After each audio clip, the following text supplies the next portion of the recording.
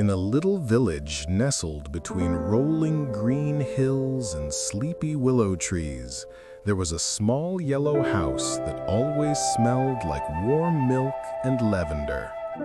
Inside that house lived Milo, a tiny gray kitten with soft white paws and the biggest, roundest eyes you've ever seen.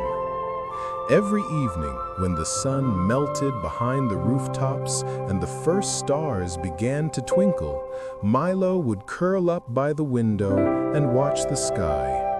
He loved bedtime, not because he was tired, but because bedtime always felt magical. The world grew quiet, the air cooler, and the night whispered secrets only dreamers could hear. But tonight, the air was buzzing with excitement. It was the Moonlight Festival, the most anticipated night of the year. Every animal in the village wore their best pajamas and gathered in the meadow to dance, drink warm milk, and make wishes under the silver moon. Milo couldn't wait. He had planned everything, brushed his fur, packed his blanket, even polished his tiny bell collar. But when he opened his wardrobe, "Oh no," he gasped. His pajamas were gone. Well, not gone exactly. They were there, but they were too small.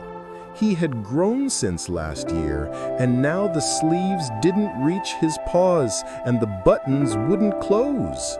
When he tried to squeeze into them, pop, pop, pop went the buttons, bouncing across the floor like popcorn kernels. Milo groaned and flopped onto his pillow. Now what am I supposed to wear? He buried his face into his paws. Outside, he could already hear laughter and music floating from the meadow.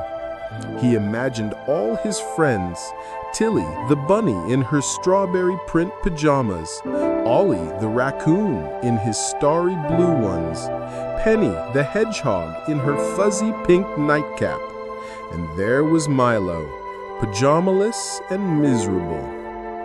Suddenly, a faint tap, tap, tap came from the window. Milo peeked up. There, hovering outside with a gentle golden glow, was Luna the Firefly, his cheerful nighttime friend. "Milo, why aren't you at the festival?" she said in her soft, tinkly voice. Milo sighed. "I don't have pajamas. My old ones are too small, and now I'll look silly if I go." Luna fluttered closer until her light warmed Milo's whiskers. "Oh, Milo," she said kindly, "you don't need any pajamas. You need the right pajamas." "The right ones?" Milo asked, ears perking up. "The magical pajamas," Luna whispered, her wings sparkling brighter. "Follow me." Milo's curiosity overpowered his gloom. He leapt down from his bed, landed softly on the rug, and tiptoed after her. Luna's glow painted the path ahead like a floating lantern as they crept out into the cool night. The air smelled of blooming jasmine and fresh dew. The cobblestone streets glimmered faintly under the moonlight, and in the distance, music from the festival twinkled like laughter carried by the wind. They passed the bakery, closed for the night but still smelling of sugar and cinnamon. They crossed the sleepy pond where frogs crooned lullabies to the stars. And soon they entered the whispering woods where every leaf shimmered like silver silk under the moon. At the very heart of the woods stood an ancient oak tree with a golden door carved into its trunk. Above the door hung a wooden sign, "Open for Dreamers." Luna knocked 3 times. The door creaked open, and out came the gentle voice of Madame Hootsie, the wise old owl Tailor. Her feathers shimmered like pearl, and her round glasses sparkled as she peered at Milo. "Ah," she hooted warmly, "I was wondering when you'd arrive. Come in, little one." Inside, the shop was a dream come to life. Rolls of fabric floated through the air. Some were made of starlight, others woven from clouds.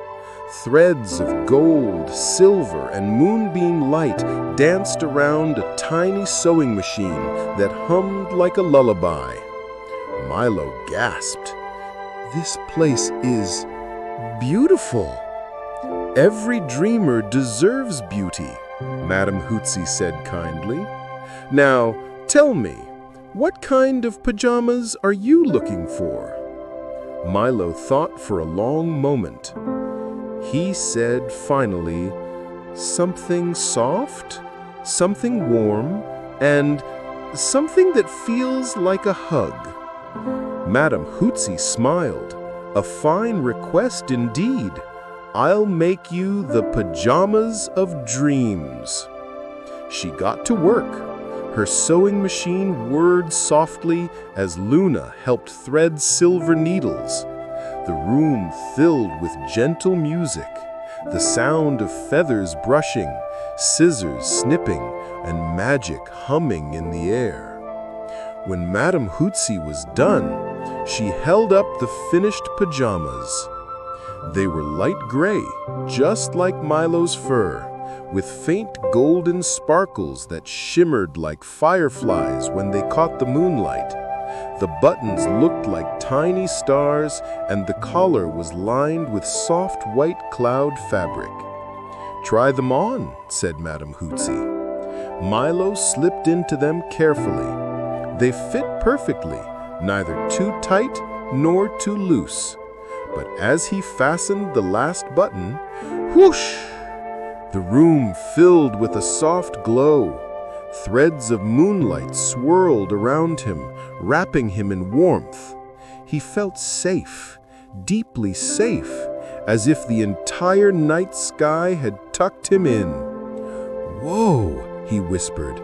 "It feels like I'm being hugged by the moon." Madame Hootsie nodded, eyes twinkling. "That's because the moon helped make them. These pajamas are woven from the dreams of kind hearts. They'll keep you warm when you're lonely, brave when you're scared, and calm when you can't sleep." Milo purred, his heart glowing brighter than Luna's light. "Thank you, Madame Hootsie," he said. "I'll take good care of them. Go on now, your festival awaits, and remember, the magic only shines when you believe." When Milo returned to the meadow, everyone stopped and stared. The little kitten in the glowing pajamas looked like he had stepped out of a dream. His fur shimmered, his eyes sparkled, and when he moved, tiny stars followed his paws. "Milo!" cried Tilly, the bunny. "You look amazing!" "Where did you get those?" asked Ollie, the raccoon, his tail curling with awe. Milo just smiled. "A friend helped me find them." The animals all gathered around the bonfire as the Moonlight Festival reached its peak. Fireflies danced above, music filled the air, and everyone sipped warm milk while swaying to the rhythm of the night. Milo joined the dance, his golden sparkles twinkling in time with the stars. He felt light, happy, and full of magic. Later, as the moon climbed high, Madame Hootsie's voice echoed softly in his memory. "Remember, the magic only shines when you believe." So when the time came for each animal to make their moonlight wish, Milo closed his eyes and whispered, "I wish that everyone in the world could feel as cozy and loved as I do right now." The moon shimmered, glowing brighter than before, and a soft breeze brushed his fur. almost like the moon was whispering, "Wish granted." When Milo got home, he climbed into bed, still wearing his magical pajamas. He looked out the window one last time and saw Luna waving from a nearby tree branch. "Thank you, Luna," he purred sleepily. She smiled. "Sweet dreams, little dreamer." And as Milo drifted into sleep, his pajamas glowed faintly, spinning soft lights around the room like drifting stars. He dreamed of gentle clouds, warm laughter, and moonlit adventures with his friends. And through it all, the pajamas kept him safe, warm, and filled with the comforting promise that he was never alone.